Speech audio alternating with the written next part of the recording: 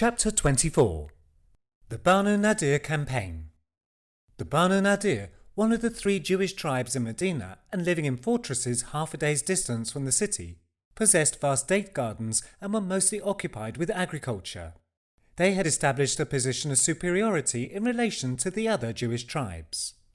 For this reason, in cases of bloodshed, if someone was killed from the Banu Nadir, full blood money was paid, while only half was paid if a member of the Banu Qurayza was killed. This inequality with respect to the payment of blood money was later eradicated upon the Banu Qurayza appeal to Prophet Muhammad to abolish the custom. After the emigration, the Banu Nadir participated in the Medina constitution as an ally of the Aus tribe. While not displaying a hostile attitude to the Muslims initially, they began openly showing hostility and aggression following the Battle of Badr, and with the expulsion of the Banu Qaynuqa from the city. Their famous poet, Ka'b ibn Ashraf in particular, with his persuasive poetic skill and forceful rhetoric, satirized the Prophet and his companions, went personally to Makkah so as to recite elegies for the slain at al-Badr, and roused feelings of revenge within the Abu Sufyan and the other polytheists, thus inciting the Makkans against the Muslims. He spent all his wealth to this end. Disturbed by his increasingly antagonistic and blatant actions against Islam, the Prophet cautioned him to put an end to this situation. Thereupon, by means of a plan which Muhammad ibn Maslama and a few others implemented, Ka'b ibn Ashraf, who did not hesitate to openly insult the sacred values of the Muslims at every opportunity, was killed. 3rd Rabi al-Awwal, September 642. During the Battle of Uhud, the Banu Nadir Jews went to the military headquarters of the Meccan polytheists and provoked them against the Muslims. In addition, they occasionally wanted to engage in conflict with the Muslims and even made several attempts to assassinate Prophet Muhammad.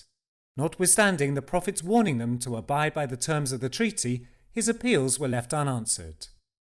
In order to avenge the murder of his friends, the sole survivor of the Bir al-Ma'una massacre, Amr ibn Umayyah, killed 2 members of the Banu Amr ibn Sassa in their sleep on his return to Medina. However, Amr was unaware that these 2 individuals had become Muslim and had received assurance of protection from the Prophet.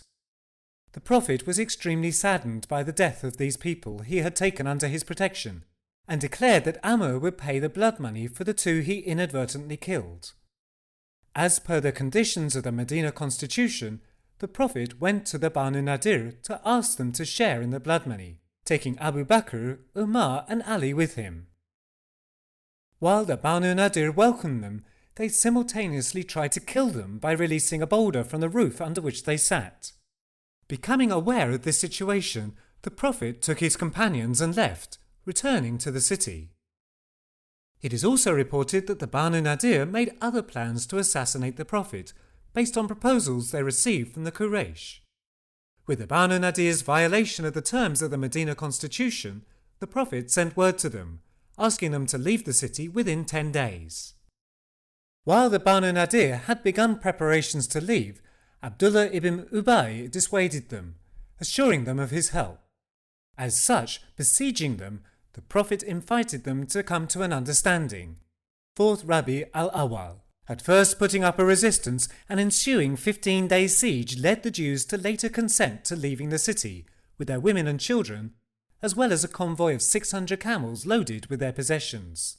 Some of them settled in Khaybar, while others settled in Syria.